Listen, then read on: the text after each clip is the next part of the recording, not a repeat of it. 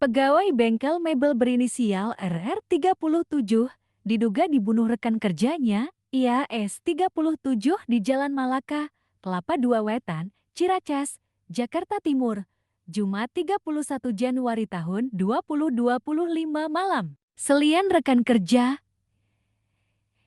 HS ternyata merupakan pacar dari istri korban. Ellen 52 mengatakan, dia baru mengetahui peristiwa tersebut setelah anak korban berteriak-teriak. Kemudian, anaknya ternyata teriak sama saya. "Pak, tolongin ayah saya, tolongin ayah saya," kata Ellen saat ditemui Minggu 2 Februari tahun 2025. Setelah mendengar teriakan itu, Ellen langsung ke belakang bengkel mebel dan melihat korban terkapar bersimbah darah. Justru nggak ada yang tahu orang itu kan.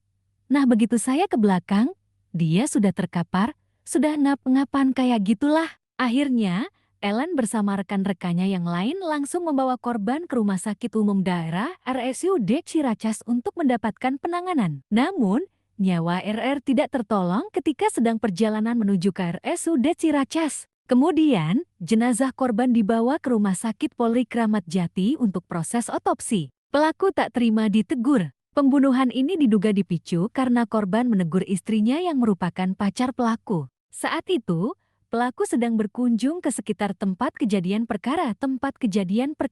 Korban setelah melihat istrinya didatangi pacarnya langsung menegur istrinya dan tiba-tiba pacar istri korban HS marah sehingga terjadi keributan, kata Kabid Humas Polda Metro Jaya Kombes Edi Irisyam. Akhirnya, pertengkaran itu tak terhindarkan di workshop mebel tempat korban dan pelaku bekerja. Dalam keadaan emosi, pelaku mendorong korban hingga terjatuh. Pelaku langsung mendorong korban hingga jatuh dan pelaku menusuk korban di bagian ulu hati, kepala, dan tangan, ungkap Edi. Anak korban yang mendengar keributan tersebut segera keluar untuk membantu ayahnya. Namun, dalam upayanya untuk melindungi, anak korban mengalami luka akibat terkena pisau. Istri kabur. Setelah membunuh rekan kerjanya, IHS diduga melarikan diri bersama istri korban. Lewat situ perempuannya kaburnya lewat depan, pintu depannya itu, bareng sama pelaku. Setelah membunuh RR, pelaku disebut sempat ke kamarnya yang ada di bengkel mebel itu untuk mengemasi barang-barangnya.